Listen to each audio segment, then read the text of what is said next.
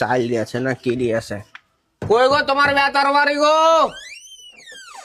বেটা 10-5 টাকা দে রে।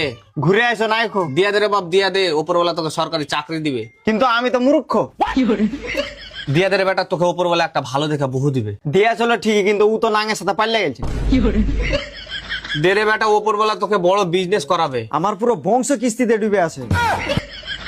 তাও দে রে ভাই, তোর আব্বা খুব ভালো থাকবে। আমার আব্বা তো জেলে আছে। তাহলে তো ছোট ভাই ভালো থাকবে। ও শালা যারে তো আমার বউ গেলা পালাইছে।